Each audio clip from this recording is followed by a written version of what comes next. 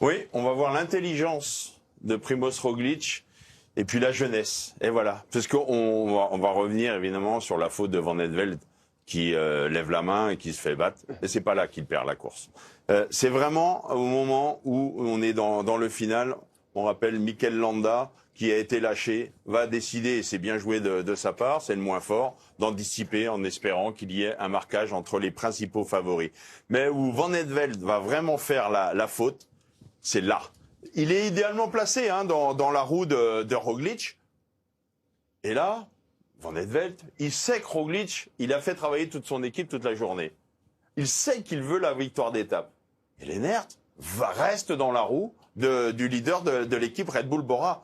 Et ce qui va être intéressant, alors je ne sais pas si vous allez le voir, il y a eu ce petit regard de Primož Roglič pour voir si, oui ou non, d'autres coureurs réagissent.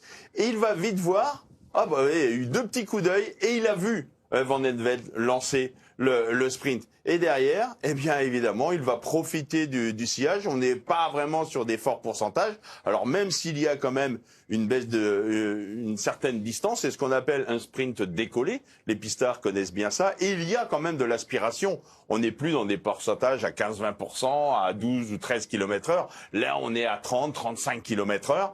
Et là, évidemment, il profite de l'aspiration et progressivement, il va regagner quelques mètres sur Lennert Van Eetvelt qui s'est dit, c'est bon, j'ai fait le plus dur, je vais prendre la corde, parce que là, pas de faute de la part de Lennert Van Eetvelt, on voit bien, il y a une courbe comme ça, donc la meilleure trajectoire, c'est évidemment d'être le long des barrières pour éviter qu'un coureur passe à la corde. De ce côté-là, pas de problème pour Lennert, et puis là, il lève la main, et Primož Roglič va sauter sur la ligne, et c'est vrai, en regardant, je me dis que s'il lève pas la main, Lennert Van Eetvelt, s'il nous regarde, je pense qu'il gagne. Donc il fait cette erreur, mais je pense que c'était pas à lui d'assumer la poursuite derrière Mikel Landa. Il sait très bien que Mikel Landa est cuit. Laisse faire Primož Roglič. Mais il se sent fort. Après, on peut pas lui en vouloir, le gamin. Il est là, dans les plus forts pourcentages. Il accompagne Enric Mas, il accompagne Primož Roglič. Il connaît sa pointe de vitesse. Il a envie de la gagner. T'en gagneras d'autres.